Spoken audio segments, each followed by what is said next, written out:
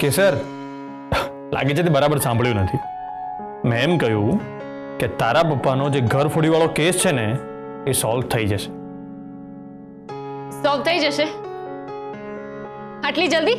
હા, તમારા ઘર પાસે જે એટીએમ છે ને એના સીસીટીવી કેમેરામાં 3માંથી 1 ગુંડાનો ચહેરો એકદમ ક્લિયર દેખાઈ ગયો છે.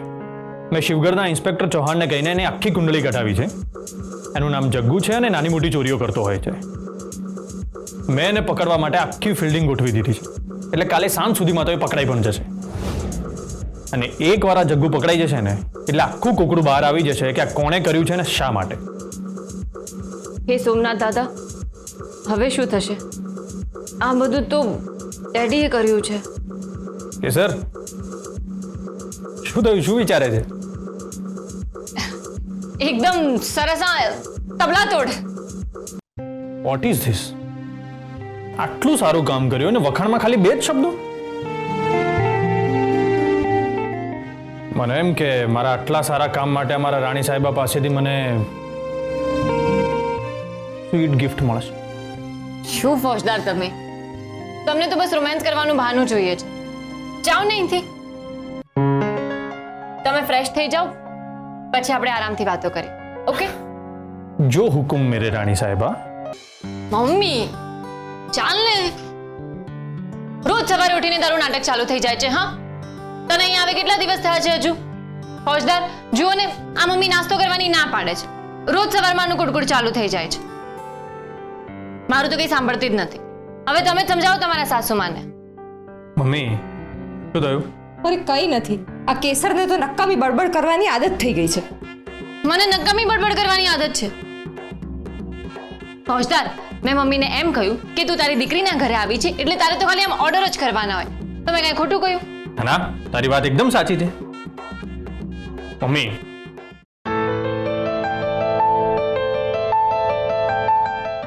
અહીં બેસો.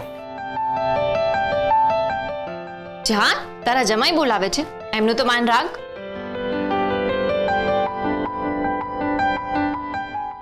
અરે બેસો.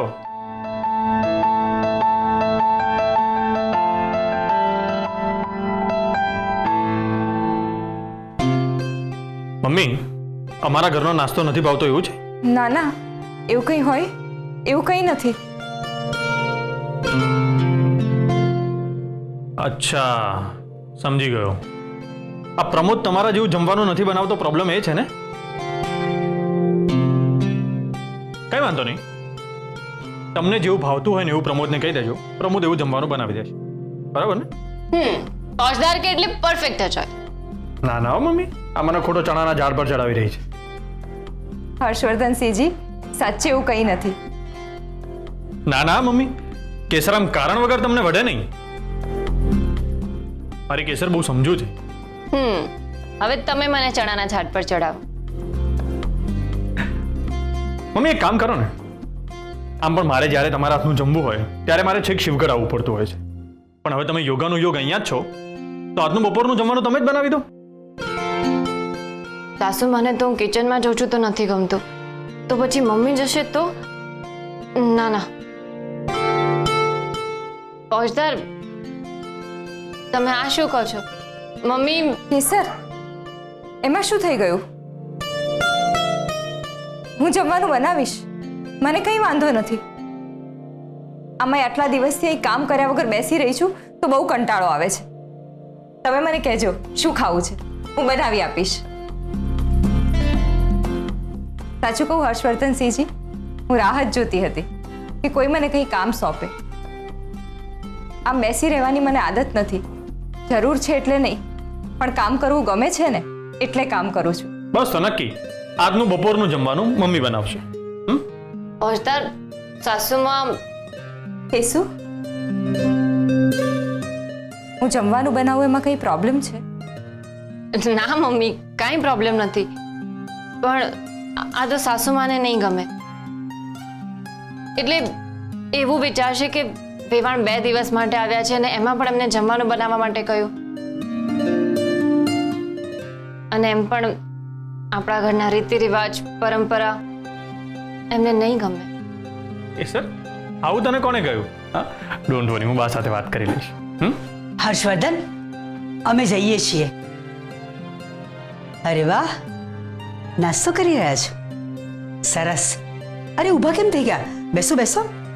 કેસર, તમે પણ બેસો. હર્ષવર્ધન, તમે પ્રમોદ.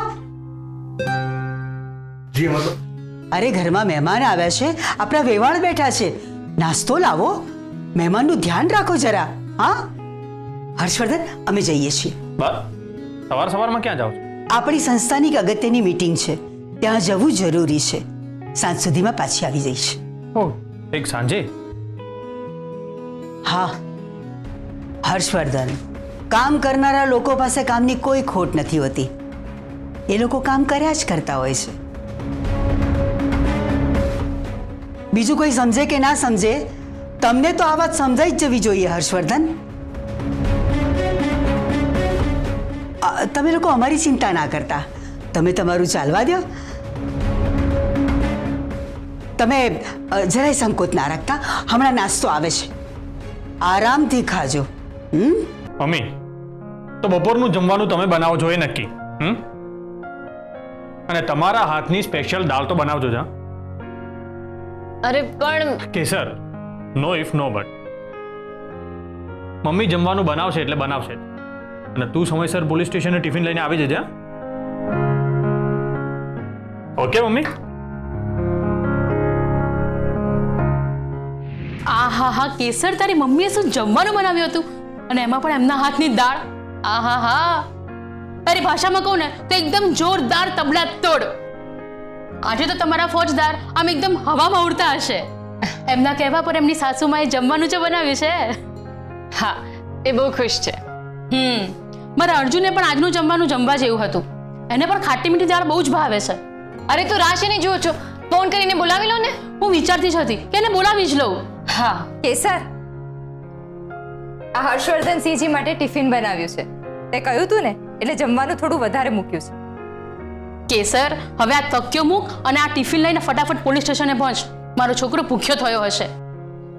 હા હા, હું જાઉં છું, પણ તમે ફોન કરવાનું ભૂલતા નહીં હો. હા, જય સોમનાથ. જય સોમનાથ. નિર્મળાબેન, તમે તો જમવાનું એકદમ ટેસ્ટી બનાવ્યું હતું, અને દાળ આહાહા એકદમ ટેસ્ટી બનાવી હતી. આ કોને મરવાની આટલી બધી ઉતાવળ છે? ભાઈ શું થયું? આ કોક દોઢ ડાયા ગાડી વચ્ચે ઊભી રાખી છે. એક મિનિટ, હું જોઉં છું. ઓહો હો હો, આ તો મારા ભૂતકાળના પરમ ખાનદાની અને હાલના થુકદાની જેવા મિત્ર વિક્રમસિંહના નાના દીકરી, અને આ તો મારા સૌથી મોટા દુશ્મન એસીપી હર્ષવર્ધન સિંહના પત્ની સૌભાગ્યવતી કેસર હર્ષવર્ધન. તમે આમ અહીંયા આવા સુમસામ રોડ પર અત્યારે? જય માતાજી. અમે રાજભા. મારી ઓળખાણ તો પડી જશે. કમાલ કરો છો ભાભી. અમે તમને આટલું રિસ્પેક્ટ સાથે જય માતાજી કહ્યું, અને તમે અમને સામે કોઈ રિપ્લાય પણ નહીં આપ્યો.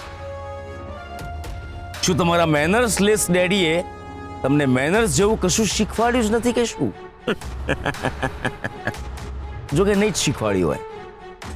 શું છે કે કૂવામાં હોય તો હવાડામાં આવે ને. જવા દો. પણ તમારા આદર્શવાદની મૂર્તિ પ્રામાણિક એસીપી પતિ હર્ષવર્ધને પણ તમને કઈ નથી શીખવાડ્યું? હા, કમાલ છે. ઓ ભાભી, ઓ કેસર ભાભી, I am very strong and powerful man. બહુ જ પાવરફુલ માણસ છું હું. અમારા પાવરની થોડી ઘણી કિંમત કરજો. મારે તમારી સાથે કોઈ વાત નથી કરવી. ગાડી બાજુમાં લો, મારે મોડું થાય છે. હું મોડું કરાવું છું?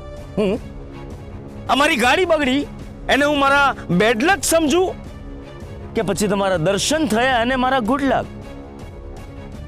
ના ના ના ના ના, સોરી. બેડ લક ગુડ લક થઈ ગયું. યસ, બેડ લક ગુડ લકમાં ફેરવાઈ ગયું. આ મારી ગાડી ખરાબ થઈ ગઈ છે અને રિપેર કરતા કરતા મારા હાથ કાળા થઈ ગયા. જોઈ શકો છો ને, યુ કેન સી. શું છે કે ઘણા લોકોના નસીબ બહુ સારા હોય છે, જે લોકોના લગ્ન થઈ ગયા હોય છે. એટલે જો હાથ કાળા થાય ને તો પત્નીનો પાલવથી અને લૂછી શકે છે, સમજો? પણ મારા તો લગ્ન જ નથી થયા, એટલે પત્નીનો પાલવ તો ભૂલી જાઓ. અહીંયા આવ. વાહ, ઊભી રહે છોકરી. બહુ ઉતાવળ છે તને? હે?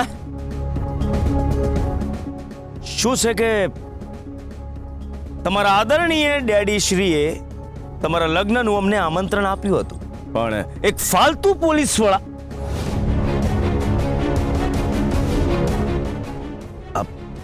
સોરી, ખોટું લાગ્યું. ગુસ્સે નહીં થવાનું, નારાજ ન થાઓ. રિસ્પેક્ટ સાથે કહું છું. એસીપી હર્ષવર્ધન સાહેબની મહેરબાનીના કારણે મારે બહુ લાંબી રજા પર જવું પડ્યું હતું, એટલે હું તમારા લગ્નમાં ના આવી શક્યો. જો કે તમારા લગ્નમાં ના આવી શકે તો શું થયું? કઈ નહીં, તમે મારા મિત્રના દીકરી છો, એટલે મારે તમારા લગ્નનો ચાંદલો તો કરવો જ જોઈએ. જી હા, અને હા, તમારા પતિદેવને કહેજો કે રાજભા કાકા મળ્યા હતા. કોણ? રાજભા કાકા. જય માતાજી. હે, ગાડી ચાલુ કર. આહા, કેસર તો એકદમ સરસ ટાઈમે આવી છે. બહુ જ ભૂખ લાગી છે, અને એમાં મમ્મીના હાથનું ટિફિન. જમવાની મજા પડી જશે. કેસર, હું થાળીમાં પીરસવાની ઝંઝટમાં નથી પડતો. હા, સીધો ડબ્બામાંથી જ ખાઉં છું.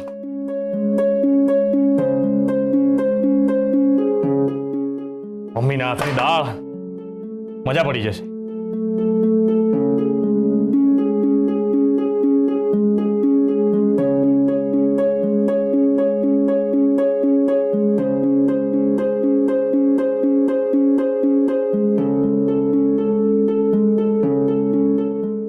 કેસર, લે. ઓ રાણી સાહેબા, નથી ખાવું?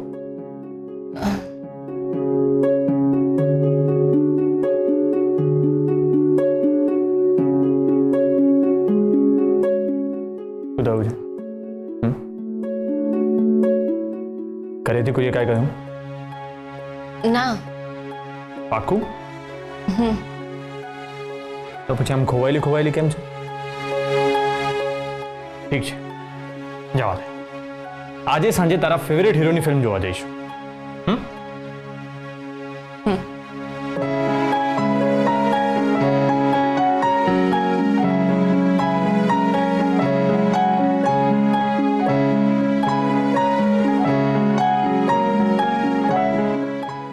સર, મેં તારા ફેવરેટ હીરોની ફિલ્મ જોવાની વાત કરી તો પણ તું ચૂપ છે.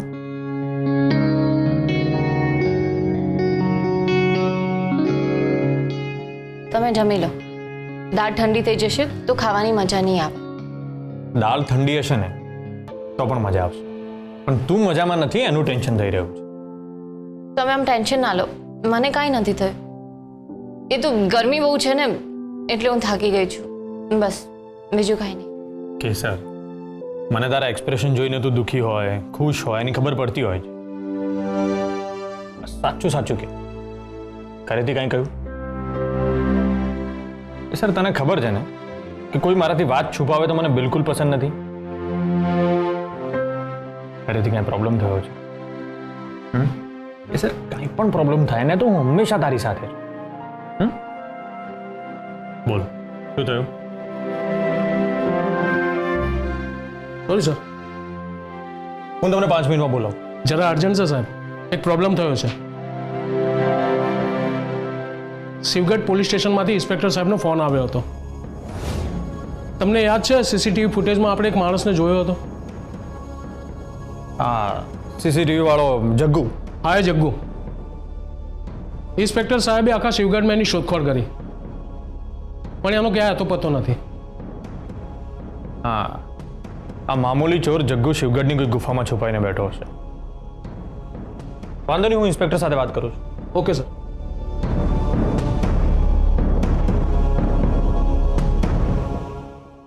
હવે બોલ, શું થયું? તમને કેટલું કહું અને તમારાથી કેટલું છુપાવવું, કાંઈ સમજાતું નથી. કાંઈ નહીં, તમે આરામથી જમી લો ને. એટલે તમારે લોકોએ ગંદવાળ ફેલાવાનો અને અમારે લોકોએ સફાઈ અભિયાન કરવાનું. નોકર છું તમારા બાપનો. અરે રાજભા શેઠ, આવું કેમ કહો છો? અમારા જેવા નાના માણસોનો તમારો જ તો સહારો છે. ક્યાં ગંદવાળ કરીને આવ્યા છો? શેઠ, ગામમાં એક જગ્યાએ ચોરી કરી હતી. ત્યાંના સીસીટીવી કેમેરામાં આ જગ્ગુનો ચહેરો આવી ગયો અને એની જાણ પોલીસને થઈ ગઈ છે. તો પછી અહીંયા શું કામ આવ્યા છો? પોલીસ સ્ટેશન જાઓ. શેઠ, આટલો વખત બચાવી લ્યો, હવે ફરીથી આવી ભૂલ નહીં થાય. હા શેઠ, આના લીધે અમે ભેરવાઈ જઈશું. અમને તમારો જ સહારો છે શેઠ. એક કામ કરો ને શેઠ, આ જગ્ગુને રાજકોટ મોકલવાનો કોઈ બંદોબસ્ત કરી આપો ને. હા શેઠ, તમારી ટ્રકો ત્યાં જાય છે ને, એમાં સંતાઈને જતો રહીશ. અચ્છા, એટલે હવે તમે લોકો શીખવાડશો કે મારે શું કરવાનું? હા, બોલો. ગામમાં કોના ઘરે ચોરી કરીને આવ્યા છો? ત્યાં એક, તમે એને ઓળખતા જ હશો, પણ અમે એને ત્યાં ચોરી કરવા નતા ગયા, એણે અમને ચોરી કરવાની સોપારી આપી હતી. શું? હા શેઠ, કોણ છે? શું નામ છે એનું? વિક્રમસિંહ. કમાલ છે. વિક્રમસિંહે પોતાના જ ઘરમાં ચોરી કરાવડાવી.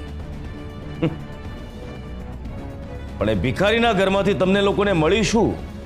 કંઈ નહીં મળ્યું શેઠ, ઉપરથી સોપારીના પૈસા પણ નથી આપ્યા. એ તો હું સમજી ગયો. ઠીક છે,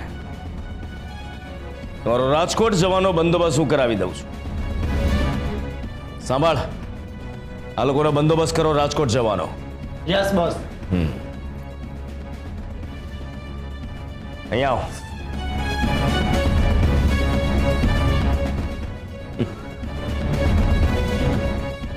લે, રસ્તામાં સારી હોટલ જોઈને જમી લેજો. જાઓ. જય માતાજી. જય માતાજી શેઠ. જગો, અહીંયા આવો. બોલો શેઠ. બિરયાની ખાઈશ? હા શેઠ. જા, પેલા લાલિયાના ત્યાંથી મારી સ્પેશિયલ બિરયાની લઈ આવો. Okay sir. એક્સ્ટ્રા રસો પણ લાવજો ભાઈ. હા, લાવશે.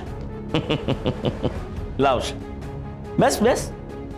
જગ્ગુ, વિક્રમસિંહે પોતાના જ ઘરમાં જે ચોરી કરાવડાવી, મને જરા એની ડિટેલ્સ આપને. કહું ને શેઠ, એમાં છે ને એવું હતું